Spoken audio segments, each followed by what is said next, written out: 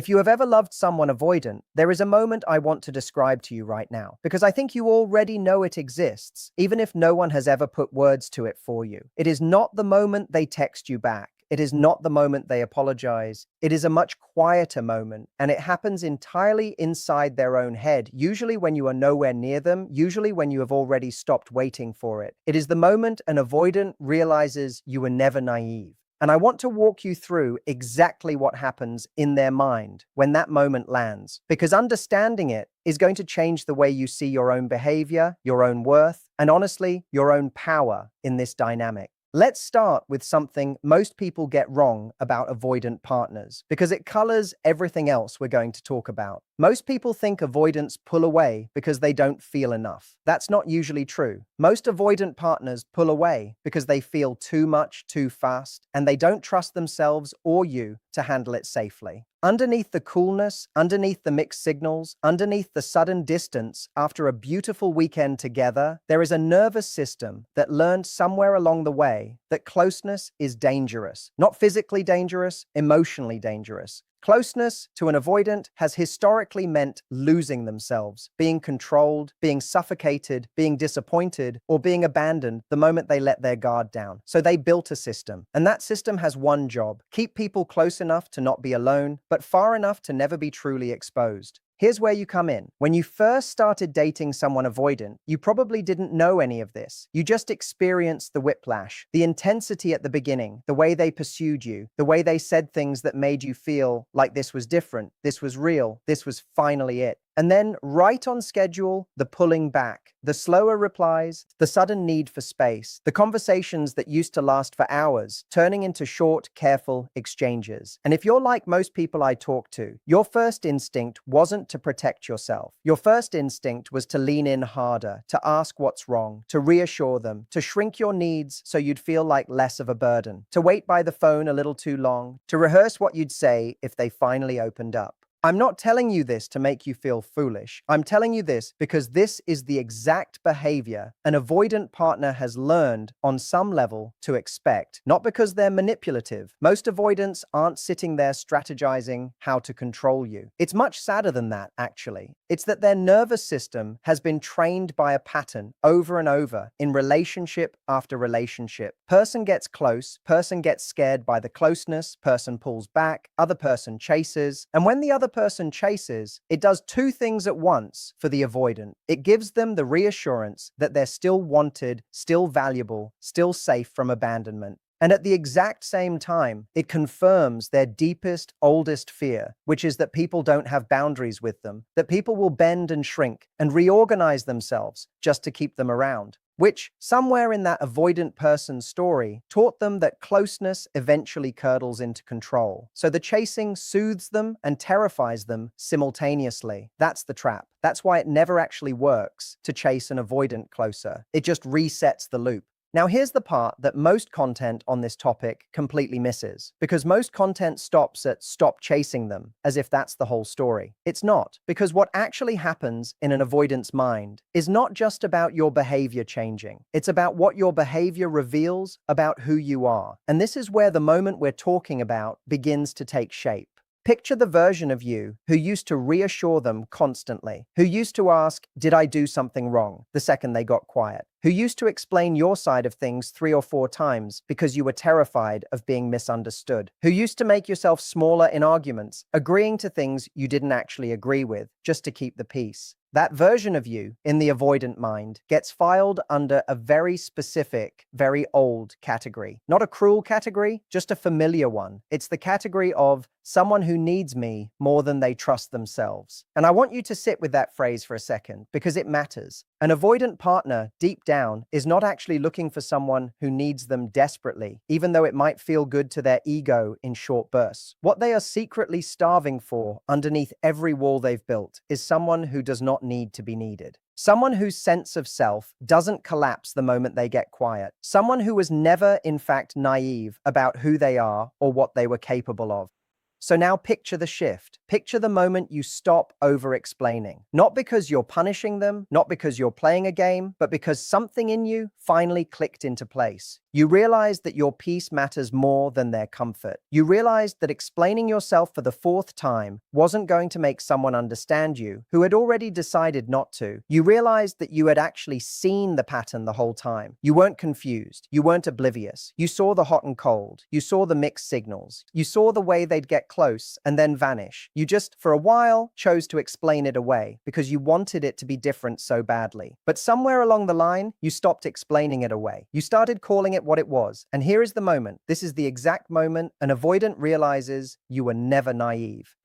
It doesn't usually happen with a dramatic conversation. It happens in small, almost invisible ways. It happens when you respond to their sudden distance, not with anxious questions, but with calm, matter-of-fact clarity. Something like, I noticed you've been distant, and that's okay. I'm not going to chase you for reassurance. No accusation, no drama. Just truth, stated plainly by someone who clearly already understood the dynamic long before they said it out loud. It happens when you stop being available at 11 p.m. for the conversations that only ever happen at 11 p.m. It happens when you go quiet, not out of punishment, but because you've simply redirected your energy toward your own life, your own friends, your own goals, and they realize, almost with a jolt, that your world didn't actually depend on their attention the way they assumed it did. It happens when they test the waters, maybe by pulling back even further just to see if you'll come running like you used to, and you don't.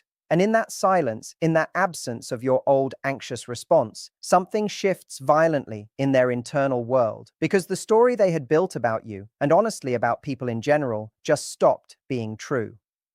Let me explain what that internal shift actually feels like for them, because this is the part people rarely walk through in detail. Avoidant partners run on a kind of internal script, mostly unconscious, that goes something like this. I will get close enough to feel connection, but I will keep enough distance that I remain fully in control of when this ends. If the other person starts needing me too much, I will have justification to pull away, because clearly they were too much, or too intense, or not really compatible with my lifestyle. This script protects them from ever having to sit with the possibility that maybe the distance was never really about the other person's neediness. Maybe it was about their own fear. As long as the other person plays their expected role, chasing, over-explaining, getting anxious, getting a little too eager, the avoidant gets to keep believing their own story. See, I was right to keep my guard up. Look how needy people get.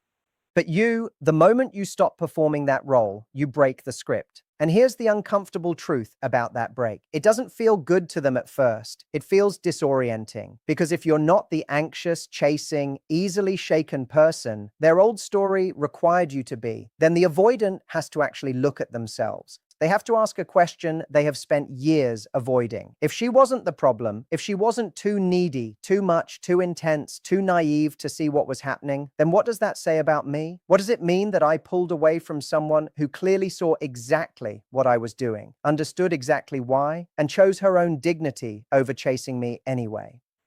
That question is uncomfortable enough that most avoidants will not consciously ask it in the moment. What happens instead is something quieter and more physical than intellectual. It's a kind of unease, an itch they can't quite scratch, a sense that something has shifted and they don't like it, even though nothing dramatic actually happened. You didn't yell, you didn't beg, you didn't send a paragraph explaining your feelings, you just stopped playing the part. And avoidants are exquisitely sensitive to shifts in dynamic, even when they can't articulate why. Their whole nervous system is built around detecting subtle changes in closeness and distance, because that detection used to keep them safe. So when you change, they notice, almost always, even if they never say a word about it. This is usually when you'll start to see behavior that looks confusing from the outside, but makes complete sense once you understand what's happening underneath. You might notice them suddenly becoming more curious about you, liking an old photo, asking a mutual friend how you're doing, showing up in a comment section they haven't touched in months, sending a message that has no real purpose except to reopen a door. This isn't necessarily them realizing they made a huge mistake and wanting you back in some grand romantic sense. And I want to be honest with you about that because I'm not going to sit here and promise you a fairy tale reunion because your video, your relationship, your specific situation might not lead there. And I'd rather you hear the truth than a comforting lie. What it usually is, at least initially, is curiosity. It's the avoidant mind trying to resolve the discomfort of realizing their old story about you doesn't hold up anymore. They're not chasing you because they suddenly love you more. They're checking to see if the version of you that stopped needing them is real, or if it's just a phase, because on some level, they're hoping it's just a phase, because the old dynamic, uncomfortable as it was at least familiar and controllable. And this is exactly why what you do next matters so much. Because if the moment they show a flicker of renewed interest, you rush back into the anxious, over-explaining, over-giving version of yourself, you actually confirm the old story after all. You hand them back the script. And most people do this, by the way, not because they're weak, but because it's human. When someone you've wanted for a long time finally shows the smallest sign of interest again, every part of you wants to grab onto it immediately, wants to prove you're still worth choosing, wants to make sure this time sticks. But that instinct, as understandable as it is exactly what tells the avoidant mind, okay, false alarm, she's still the same person underneath. I can relax my guard down again and eventually pull away whenever I need to. The moment you stay grounded instead, the moment you respond to that renewed curiosity with the same calm, self-respecting energy you've been building, rather than flooding back into anxious pursuit, that's when the realization deepens. That's when it stops being a passing discomfort and becomes something closer to genuine respect, and in some cases, genuine longing. I want to be careful here because I don't want to promise you something the psychology doesn't actually guarantee. Not every avoidant partner comes back. Not every avoidant partner is capable, at least not without real internal work, of tolerating the discomfort of being truly seen by someone who refuses to chase them. Some avoidants, when they hit this moment of realization, don't move toward growth. They double down on distance because facing the truth about their own patterns is more than they're willing to sit with right now. Maybe more than they'll ever be willing to sit with. That is a real possibility. And if that's what you're experiencing, I don't want to sell you false hope. What I can tell you with real confidence is that regardless of what they do with that realization, something has already changed permanently in how they see you, and more importantly, in how you see yourself. I want to give you a picture of what this actually looks like because it's easy to nod along with the theory and much harder to recognize it happening in your own life while it's happening. Imagine a woman, we'll call her the composite of 100 conversations I've had over the years, who spent 8 months with someone who ran hot and cold from week 1. He'd plan beautiful weekends, tell her things like, I haven't felt this way in years, and then disappear for 4 or 5 days with barely a word. In the early months, her pattern was predictable and honestly understandable. Every disappearance triggered a flood of texts, not angry ones usually, careful, gentle, just checking in ones. She'd reread her last few messages, looking for something she might have said wrong. She'd ask mutual friends if they'd heard from him. She'd have the same conversation with herself at midnight. Maybe I'm overreacting. Maybe this is just how he processes things. Maybe if I just give him a little more space, he'll come back on his own and everything will be fine. Somewhere around month 6, something in her shifted, not dramatically, not with some big confrontation, but quietly. She noticed that she had started predicting the pattern before it happened. She could feel the disappearance coming 2 or 3 days before it did, in the slight shortening of his replies, in the way he'd start referencing being busy more than usual. And instead of bracing herself to chase harder the next time it happened, she made a decision that felt almost anticlimactic in the moment. She decided that the next time he went quiet, she simply wasn't going to fill the silence. Not out of spite, not as a strategy she'd read about. She was just tired, genuinely tired, of being the only one holding the relationship together during his absences. So the next disappearance came, right on schedule, and she did something different. She didn't text. She didn't check his social media 3 times a day. She went to dinner with her sister. She started a project she'd been putting off for years. She let 4 days pass, and on the 5th day, when he finally resurfaced with a casual, "Hey, sorry, work's been crazy," she responded warmly but briefly, and didn't ask him to account for the silence, and didn't over-explain how his absence had made her feel. She just kept living her actual life. And here's what she told me happened next, almost word for word. Within a week, he started showing up more, not less. Not because she had punished him into it, but because, and I'm quoting her interpretation here, he started acting like someone who wasn't sure of his footing anymore. He asked more questions. He seemed, in her words, off balance in a way he'd never been before. He once told her, almost in passing, "You seem different lately, more like you don't need anything from me." And she said his voice had an edge to it she couldn't quite place at the time, but that she now recognizes as something close to unease.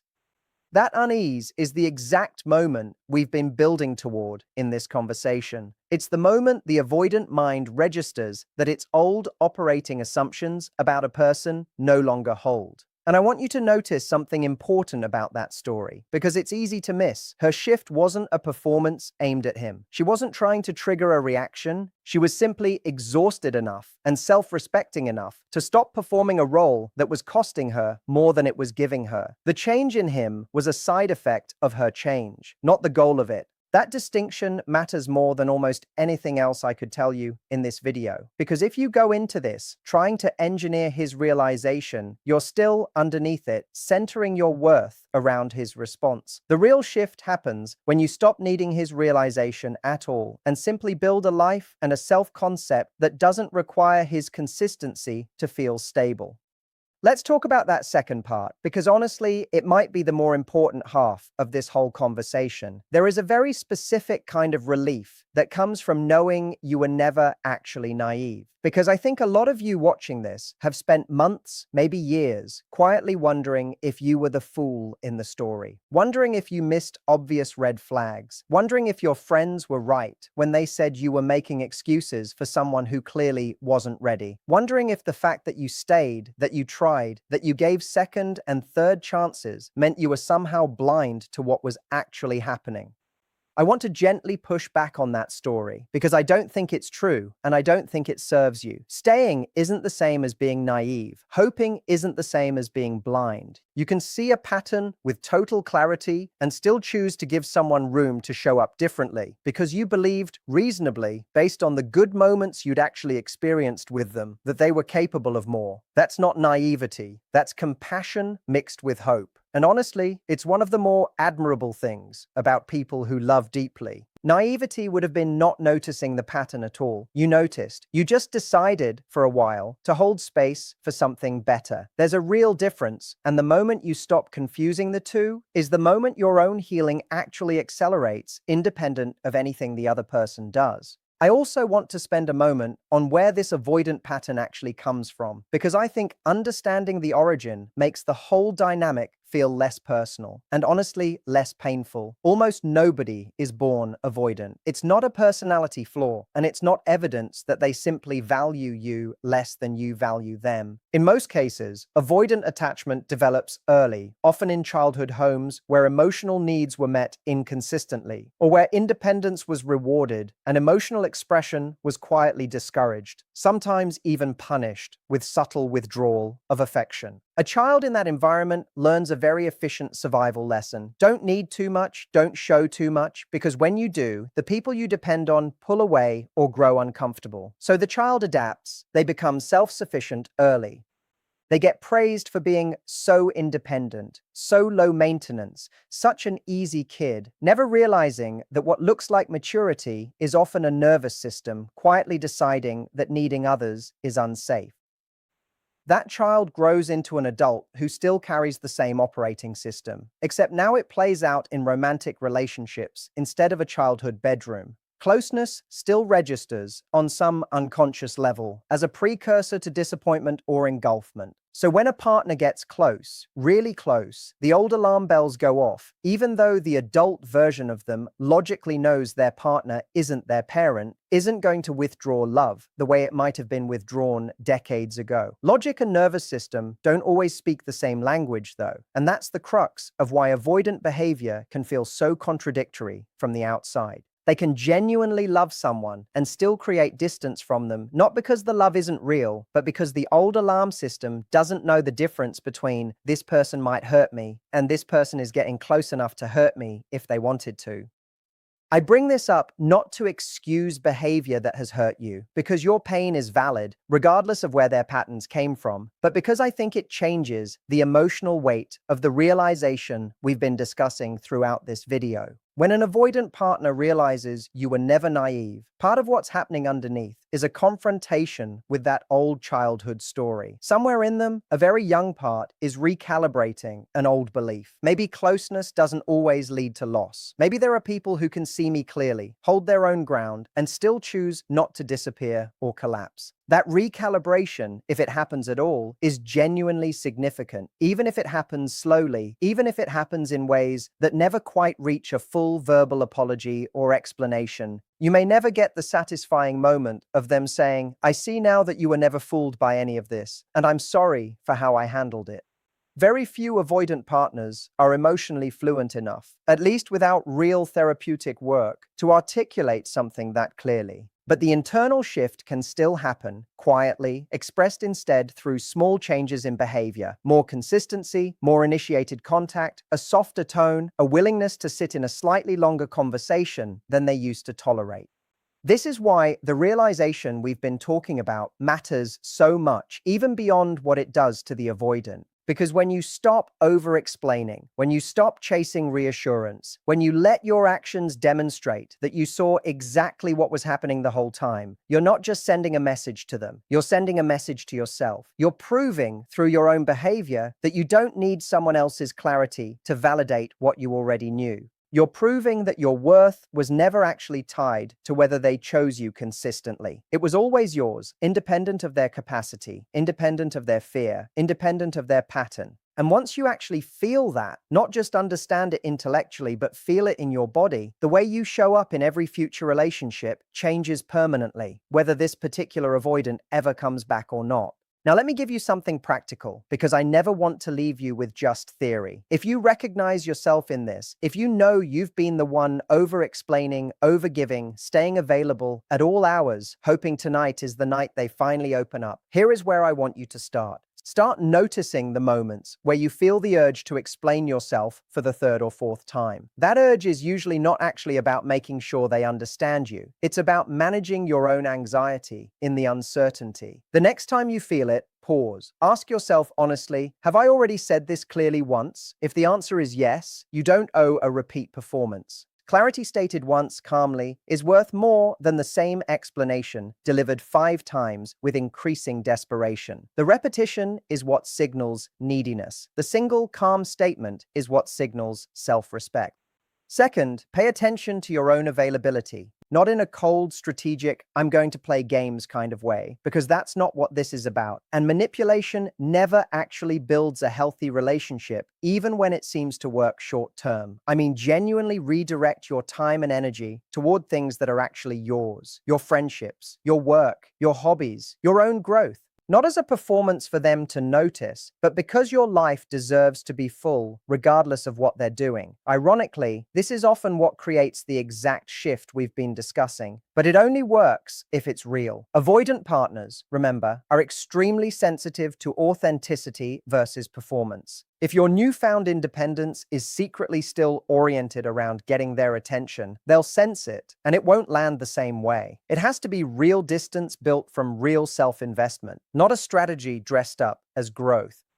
Third, when they do show renewed interest, and I want to prepare you for this, because it often happens exactly when you've stopped expecting it, resist the urge to overinvest immediately. You don't have to be cold. You don't have to punish them. You can be warm, you can be open, but stay grounded in the version of yourself you've been building. Let them prove consistency over time, rather than rushing to reward the first sign of effort with everything you've got. This isn't about making them work for it as some kind of game. It's about protecting the progress you've made, because reverting instantly back into anxious pursuit the moment they show interest will undo months of internal work in a matter of days.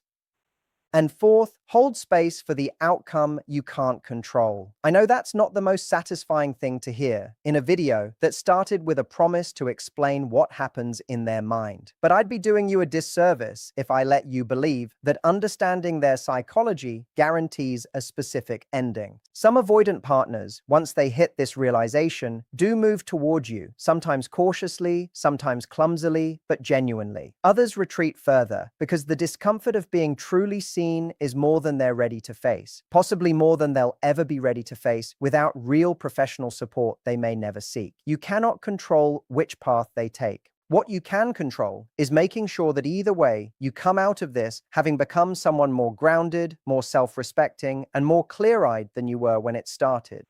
I think that's actually the real gift hidden inside this whole painful experience, if you're willing to look for it. Loving someone avoidant forces you to confront your own patterns, your own fears around worthiness, your own tendency, if you have one, to overgive in hopes of being chosen. And on the other side of that confrontation, whether or not this specific relationship survives it, is a version of you who no longer needs someone else's consistent presence to feel secure in who you are. That version of you is not naive. That version of you never was. She saw the whole thing clearly, felt the pain of it honestly, and chose her own dignity anyway. And whether the avoidant in your story ever fully realizes what that cost you or what it says about your strength, the truth remains the same either way, you know. And that quiet internal knowing, the one no one can take from you, is worth infinitely more than any explanation you could ever give someone who wasn't ready to hear it. If this resonated with you, I want you to sit with one question before you go. Not, will they come back? Because I think you already know that question keeps you stuck in someone else's hands. Ask instead, who am I becoming through this? Because that answer, unlike theirs, is entirely up to you.